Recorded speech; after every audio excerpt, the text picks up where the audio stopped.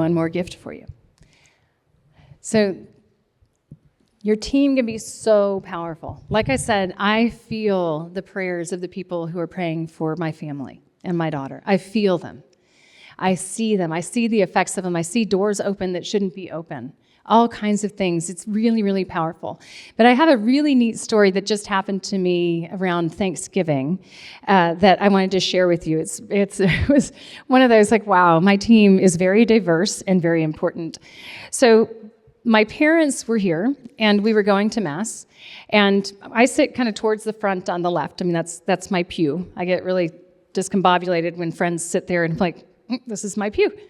But we were going up. It was a different Mass, so I know that's not my pew, but we still tend to sit in the front. So we're going up, and this woman was in front of us, and she pulled into the pew that, had plenty of space, which is fine. We'll just pile in behind her, but she kind of stopped and like, okay, but the other ones were kind of full, and well, can we just squeeze in? Well, I'm meeting some friends, and they're going to come here, so yeah, I'll just step out, and you guys can go in. Thank you. That was so nice. So I walk in, and my husband walks in, and my dad walks in, and my mom walks in. But as I'm walking, I look up, and I see she's got a cup of coffee, Starbucks, in Mass. I'm like, right, yeah. So I'm like, and I'm way down here, and she's way down there and sits down. She just gets all settled. In case you don't know, we don't drink coffee at Mass. Like, please don't drink coffee at Mass. I know this really well because I actually recently saw a video by Father Mike Schmitz, Why Don't We Drink Coffee at Mass? It's a thing. And Protestant churches have coffee bars in their churches, and you do bring coffee to their services. And so he's like, so why do we not do that? And it's this beautiful, as Father Mike does, invitational, like we don't because we have something so much more there. We have Jesus in the Eucharist, and that's what you want. And if you're going in thinking you're getting entertained and sitting back with your coffee, like that, you got it all wrong. Let me show you. Come and see. Come and see. Jesus is there in the Eucharist, and so we are there worshiping him, and it's so much bigger than coffee, right? So that's what I have in my heart already. I've already got Father Mike in my heart. But I also have Father Dean in my heart, and I know he's going to lose it when he sees somebody's got coffee in Mass, because that's kind of a big deal, especially when you're a priest, and that's kind of the thing. And so I've got like the sweetness of Father Mike and the wrath of God coming from Father Dean, and I'm like, I don't know what I'm going to do. And I'm down here, and she's way down there. And so I lean over to my husband. I'm like, tell my dad to tell her she shouldn't drink coffee during Mass. And he's like, because I'm also on the pastoral leadership team here, and he's like, aren't we supposed to be welcoming? Yes. That doesn't feel very welcoming. I don't think we should do it. You're right. So I'm praying. The whole Mass, and he's totally right. I'm like, that isn't welcoming because there's not a conversation you can have. You're literally in the middle of the Mass. And I'm like, you know what? But that's okay. She's probably Protestant. She doesn't understand. And if I was there, I would be having this conversation probably during Mass, I'd get the wrath of Father Dean. And so thank God that my team member, Mike, did the chop block on me and said no, and God put me way down here so I would pray. And so, no, don't do that. Okay. But she's probably Protestant. Well, she goes up and she receives communion correctly. She genuflects, and I'm like, she's Catholic. Like, why does she have coffee?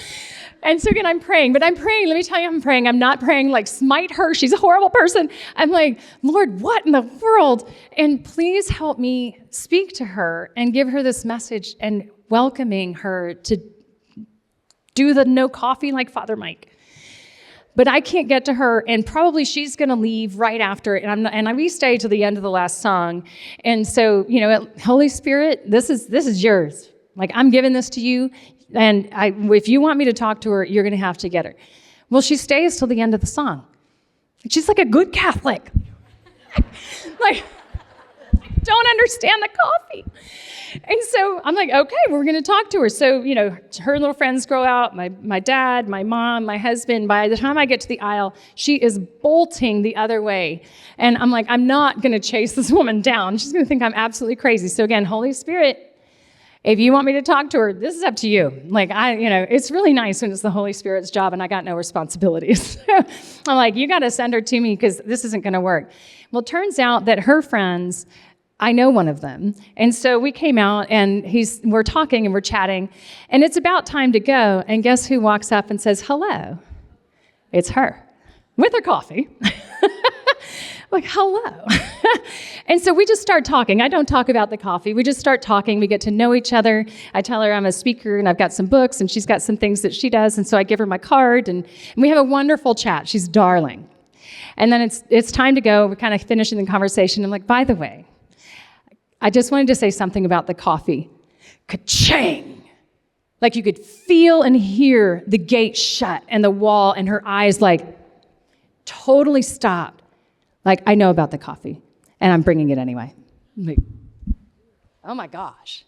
I just was stunned. And then I'm like, no, but I didn't really mean to, because it's not about that. It was the Father Mike says it's really good, and there's so much more in here, and there's this treasure. And I honestly don't know what I said.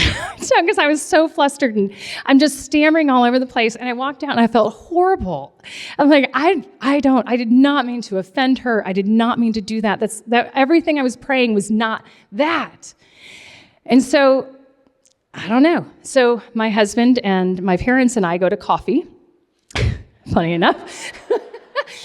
And we're talking, and I'm like, this is what happened, and it was just crazy, and she was so offended. And my mom says, well, there must be a reason she needs that coffee. And I thought, you know what? If that's what's going to get her to Mass, have the coffee. Okay, I'm good. Well, it's not the end of the story. A couple hours later, we're at the grocery store, and I get a Facebook message from her. And it says, I'm so sorry. I have my own things I'm dealing with. I was wrestling with bringing the coffee in and decided to bring it in, and it is my thing, and you were so nice, and I need to make this up to you. I'm so sorry. And I'm like, honey. Like, no, I felt horrible because you felt so bad. And we're going back and forth. And by the end, and I show my husband, I'm like, you're not going to believe this. And he's like, what did you say to her? I'm like, I don't even know. Like, I really don't even know. And turns out, we have a coffee date. I'm like, yes. And she's wonderful. And she couldn't stay here the whole time, but she came today. And she told me, she goes, since we've talked, I have such a new, deep reverence for the Eucharist. Thank you. And we're friends. We're coffee friends. We're going to go have coffee next week. So, but she's not bringing it into church anymore.